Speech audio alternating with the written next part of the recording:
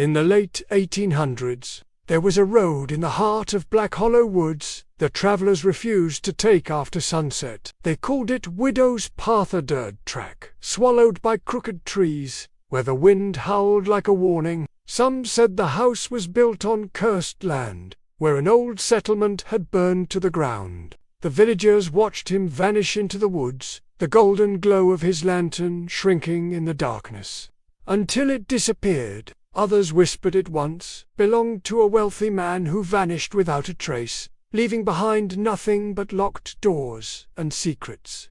Beside it lay his Bible, but every page was blank, empty, silent.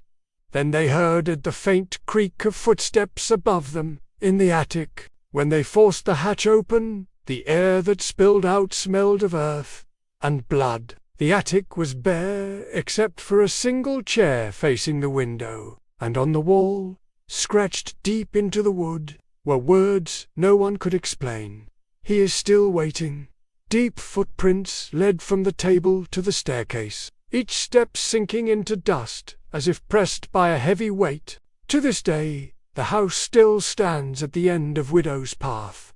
They say if you dare to go there on a winter night, you'll hear footsteps pacing overhead, and sometimes, if you listen closely, a low voice whispering scripture in the dark. Asterisk, asterisk. They climbed carefully, following the prints, but at the top of the stairs they stopped.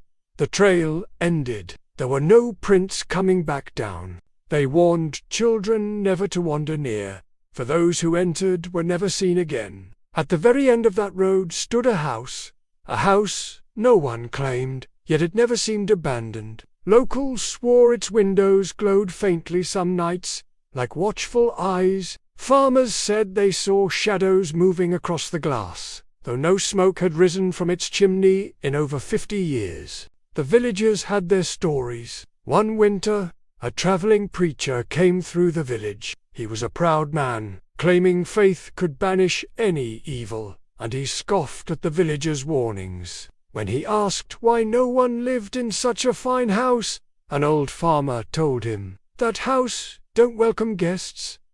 The preacher laughed and declared he would spend the night there, prove their fears were foolish, and preach about it in the morning. So at dusk, with snow beginning to fall, the preacher set off toward Widow's Path.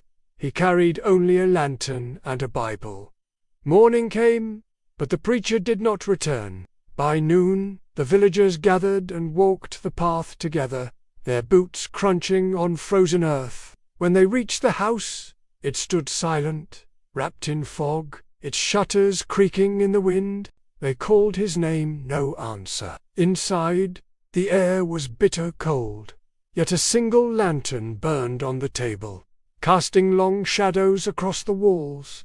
They searched every room. They left without speaking, sealing the door behind them, and never returned.